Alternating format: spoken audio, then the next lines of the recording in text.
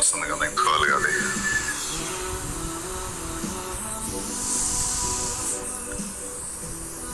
సన్నిధి పట్ల ఉన్న ఆసక్తిని బట్టి దేవునికి కృతజ్ఞతలు చెల్లిస్తా ఉన్నాను. నేను ఈరోజు అయిపోయింది, ఇంకా రేపు ఎల్లుండి పగటి కూటంతో ముగుస్తుంది.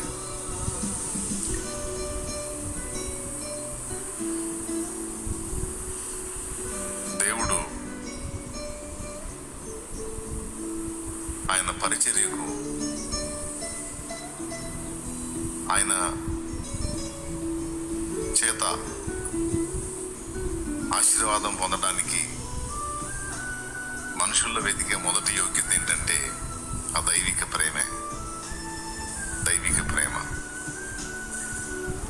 ఆ ప్రేమ రెండు విషయాల్లో ఉందా లేదా దేవుడు చూస్తాడు. ఈ రెండు మాటలు వినండి, నేను ప్రార్థన చేస్తాను. ఒకటి, దేవుని ఎడల మనం కలిగి ఉండే ప్రేమ. రెండవది, సాటి మనిషి ఎడల మనం కలిగి ఉండే ప్రేమ. ఈ రెండు ప్రేమల్ని దేవుడు అబ్జర్వ్ చేస్తాడు ఒక మనిషి విషయంలో.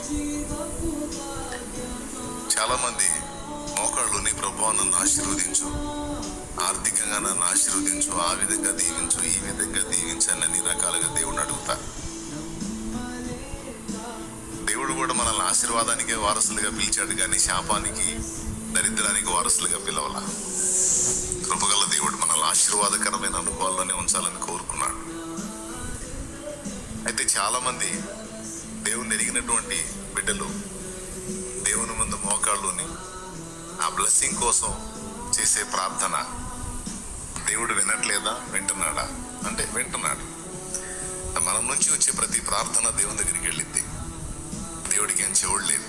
దేవుడు అన్ని వింటాడు, దేవుడు అన్ని చూస్తాడు, దేవుడు అన్నిటినీ వివేచిస్తాడు, ఆలోచిస్తాడు. అయితే దేవుణ్ణి రిక్వెస్ట్ చేసేటువంటి మనం, మన వ్యక్తిత్వం ఏంటి, మన మనస్తత్వం ఏంటి, మన హృదయంలో ఉన్న వైఖరి ఏంటి అనేది దేవుడు ఎరుగును. క్రీస్తుకు వెలపట ఉన్న వాళ్ళకి నేను చెప్పట్లేదు, క్రీస్తుకు వెలపట ఉన్న వాళ్ళ సంగతి నేను చెప్పట్లేదు, క్రీస్తు నందున్న వాళ్ళ గురించి నేను మాట్లాడుతున్నాను.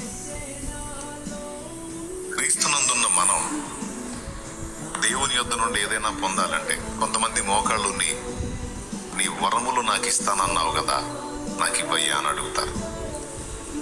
కొంతమంది ఈ పరిచర్య సంబంధంగా అడుగుతారు, వరాలకు సంబంధించి అడుగుతారు, ఆర్థిక విషయాలు అడుగుతారు. చాలా సంగతులు దేవుడిని అడుగుతాం. దేవుడు ఏం అసహించుకోడు, సంతోషంగా అవన్నీ వింటాడు. కానీ ఇచ్చేటప్పుడు దేవుడు వెతికేది ఫస్ట్ ఈ రెండే. ఒకటి, ఆయన ఎడల మనకున్న ప్రేమ. రెండు, సాటి వ్యక్తుల ఎడల మనకున్న ప్రేమ. అది ఏ స్థాయిలో ఉంది అనేది ఖచ్చితంగా దేవుడు పరిగణలో తీసుకుంటాడు. బైబిల్ గ్రంథంలో దేవుడు ఆశీర్వదించి కృపల్నిచ్చి వాడుకున్నటువంటి భక్తుల్లో ఈ లక్షణమే కనపడింది. వాళ్ళు మొదట దేవుణ్ణి ప్రేమించారు. రెండవది, దేవుడు ఆశీర్వదించి సృష్టించినటువంటి సృష్టిలో సాటి మనుషుల్ని ప్రేమించారు.